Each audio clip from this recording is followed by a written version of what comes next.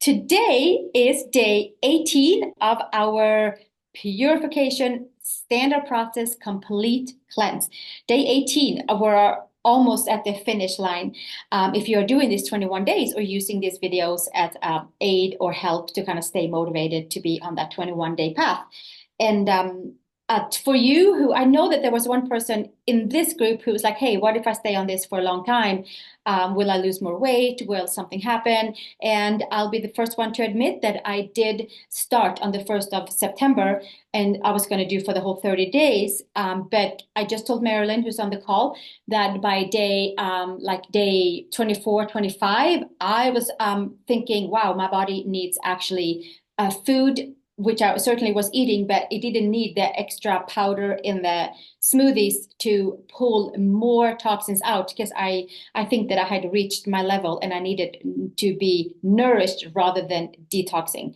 So that certainly is individual for each and every one of us, but that could be good to know.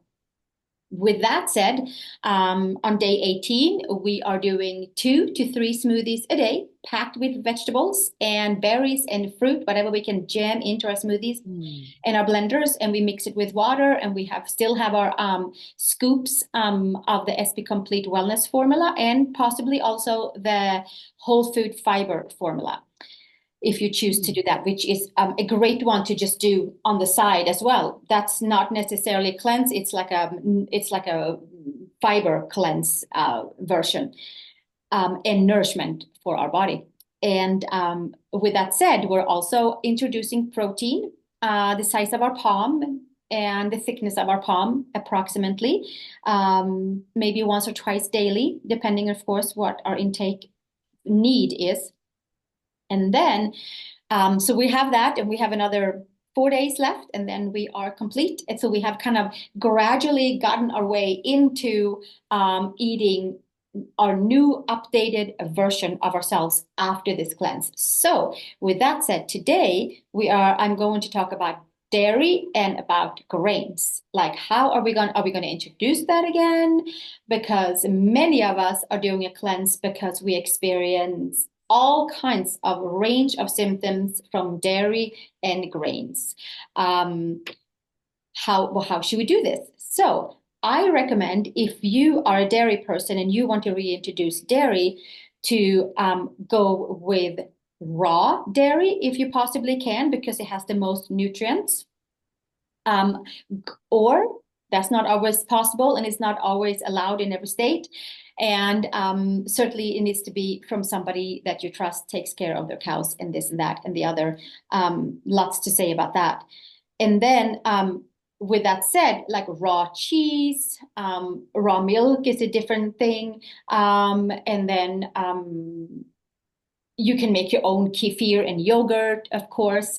You know, that's going to the extreme, but that's a good way to know what you're getting into your system, right? Because the commercial dairy products that are out there is not only processed a lot and added sugars to it, or added different flavors to it, or colors, sugars, preservatives, so much to the grade that I don't even know if it can be called dairy anymore. And so if you are choosing to, like, oh, but I want my cheese back, I want my yogurts back, I want this and that back, sure, go with a raw cheese, go with a plain whole food yogurt, go with a whole milk. It's not called whole food, whole milk and whole yogurt. Go with those. And then if you felt like you needed to add something to your yogurt, then add your fresh berries, or if you put honey in it, or if you put your maple syrup in it. Just read the labels, so it's not colors in your yogurts or different colors in your cheeses. It's nothing real. It's just like a sugar preservative food. And then this beautiful cleanse that you just have done, it deserves like an updated version of your intake of dairy, should you choose to eat dairy now and then. Please pay attention to, when you do consume dairy, oh, does this cause bloating? Does this or cause bloating? Or does this cause skin rash? Does this cause acne? Does this cause headaches? pay attention to what dairy causes what if you choose to introduce dairy.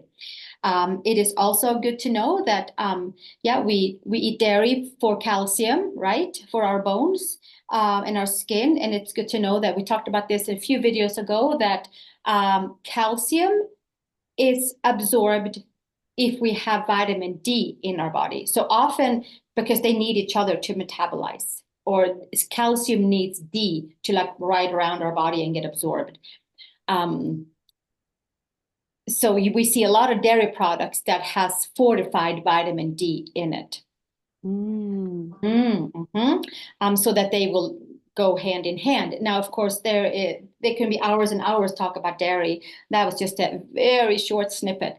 If you do introduce dairy, please be mindful how it is presented, right? Update to a new level, however it is that you're eating it, or choosing not to as well. I'm not sure if all the different substitutes, dairies, of course, they're great. Maybe goat milk dairy is better for some stomachs. They're easier to digest. But I would say like coconut yogurts. What else do we have? We have all kinds of different yogurts that are made out there, and they're all the different alternative dairies, and which is very tasty and delightful. Check so they don't are just loaded with added sugar, because many of them are, and additives, preservatives.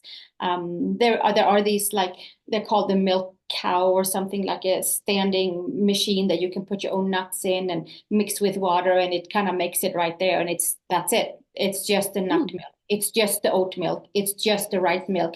It doesn't have a long list of names that none of us can really pronounce, that we might not need at all.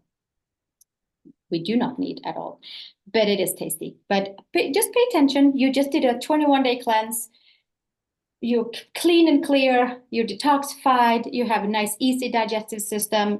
So introduce dairy wisely and pay attention how it makes you feel.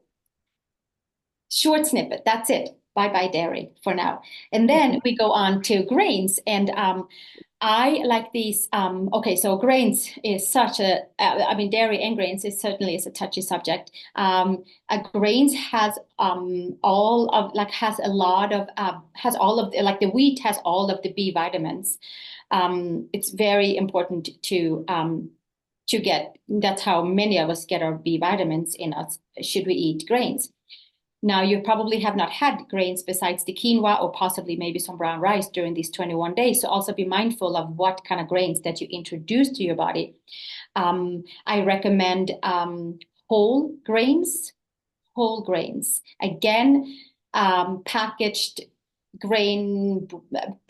bread made in a factory might have a whole lot of additives and preservatives to last a very long time. And then it will, if it's, the more it's processed, the longer it takes, the more enzymes it requires for our body and really digestive system to take any sort of nutrients from these foods, grains that we are digesting or trying to. And so maybe we'll break it down, our digestive system again, and it causes inflammation as we're trying to eat something that we think is great because it says whole wheat or something, but it's it might be also added with a whole bunch of different very processed flours that causes nothing but inflammation. If we all had been eating whole grains, chewing it 30 times in our mouth, no problem.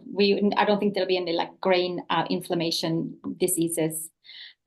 However, that's not the case. And then, of course, stress adds on to a lot of inflammation too. We're just going to stick with the grains. So with that said, there's 4 great grains that maybe you would like to start to introduce. There is one great grain called millet. It's a little round grain, and it is very easy to cook, and it's very mild, and it's easy to digest, and it's loaded with nutrients. It is a gluten-free grain. It doesn't bind very well at all. It just dissolves really easily. Like like the more a bread is glued together, the harder sometimes it can be for our digestive system to break it down, and that can sometimes cause inflammation, right? So millet is one of the great grains. I know that Marilyn has heard these before. I don't know if you remember, but here's one of them, millet. It is easy for the kidneys and the stomach. That's one of them. There's many others. It's a whole list of things. And then we have the brown rice, who balances our blood sugar, and it promotes healthy digestion. Brown rice does that, and certainly if these grains are like, that's too much, I can't digest it, they're too whole, it doesn't work for me, of course, then we go to like jasmine white rice or something like that. And of course whole wheat as well. And then we have quinoa, which is a complete, has all the amino acids, the 9 amino acids that the body needs to get from outer sources food. We have, I believe, 3 on our own. I believe there's 12 in total. And we need to get amino acids from protein. And quinoa is a complete protein because it has 9 amino acids. And it's like a pseudo grain protein. It's a complete protein. It's great. It's a great food. And it's satisfying. And yeah, we're going to just leave it right there. It's wonderful. And then we have the fourth great grains. The fourth great grain is buckwheat. It can also be called kasha. And I'm used to saying buckwheat.